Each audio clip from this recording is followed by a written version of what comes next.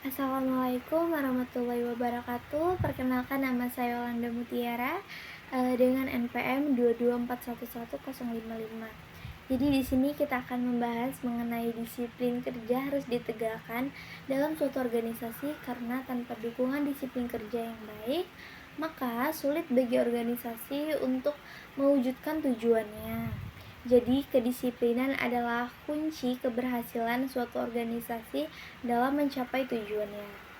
Faktor yang mempengaruhi disiplin kerja salah satunya adalah kepuasan kerja. Hal ini berarti jika kepuasan diperoleh dari pekerjaan, maka kedisiplinan pegawai akan semakin tinggi.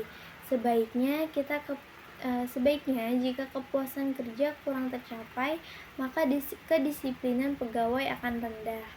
Studi mengenai kaitan antara kepuasan kerja terhadap disiplin kerja telah diteliti para ahli, di antaranya Suwarno 1998 menemukan bahwa kepuasan kerja merupakan salah satu faktor yang berpengaruh terhadap disiplin kerja karyawan di antara faktor lainnya. Jadi, keputusannya kerja karyawan merupakan kunci pendorong moral kerja, kedisiplinan, dan prestasi kerja karyawan. Dalam mendukung terwujudnya tujuan perusahaan, kepuasan kerja dipengaruhi berbagai faktor. Kemampuan atasan diantaranya kepemimpinan, komunikasi, dan motivasi. Kepemimpinan merupakan kemampuan atasan untuk menggerakkan dan mengarahkan bawahannya dalam mencapai tujuan yang diharapkan. Seorang pemimpin dituntut untuk dapat mengendalikan bawahannya agar dapat melaksanakan tugas sesuai bidangnya.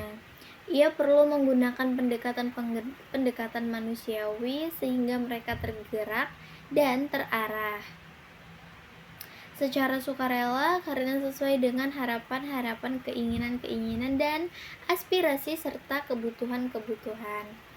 Komunikasi sebagai kunci untuk membuka potensi besar dari pegawai dan meningkatkan disiplin pegawai.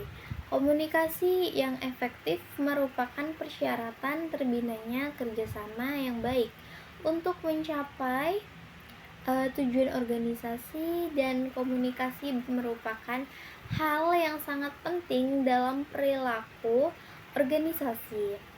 Motivasi atau pemberian dorongan kepada bawahannya agar dapat melaksanakan tugas mereka sesuai aturan pengarahan. Motivasi kerja pegawai mempunyai andil besar dalam meningkatkan kedisiplinan pegawai, dan pegawai akan termotivasi apabila kebutuhan baik fisik maupun psikologisnya terpenuhi.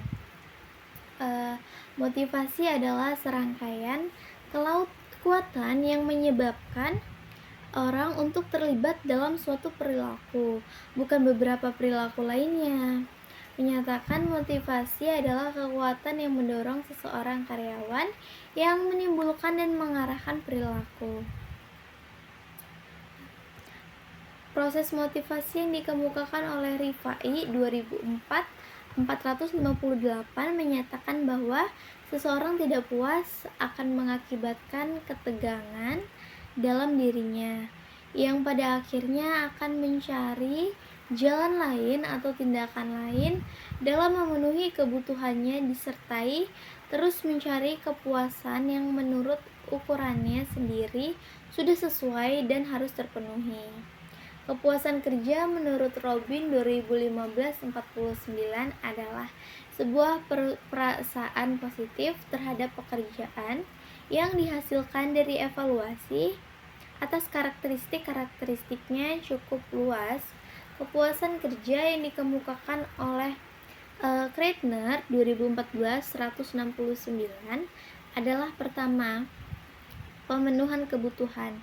Model ini menjelaskan bahwa kepuasan ditentukan oleh karakteristik dari sebuah pekerjaan yang memungkinkan seseorang dapat memenuhi kebutuhannya.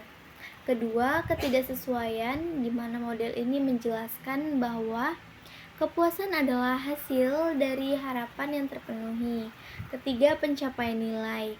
Model ini menjelaskan bahwa kepuasan berasal dari persepsi bahwa satu pekerjaan memungkinkan untuk pemenuhan nilai kerja yang penting dari individu. Keempat, keadilan dalam model ini adalah sebuah fungsi dari seberapa adil pegawai diperlakukan di tempat kerja. Dan kelima adalah komponen disposisi atau genetis, didasarkan pada kepercayaan bahwa kepuasan kerja sebagian adalah fungsi dari sifat pribadi dan faktor genetis. Kinerja merupakan gambaran keberhasilan organisasi. Maka hal ini dapat dijelaskan lagi dengan mengukur karakteristik pegawai.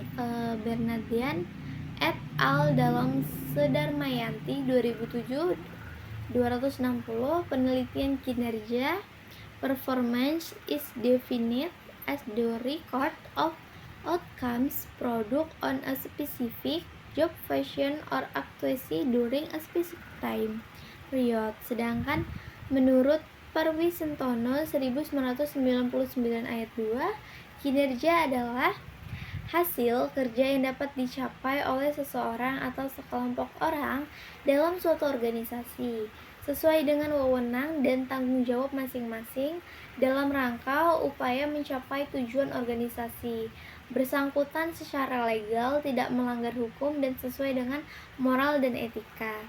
Sekian itu saja dari saya. Wassalamualaikum warahmatullahi wabarakatuh.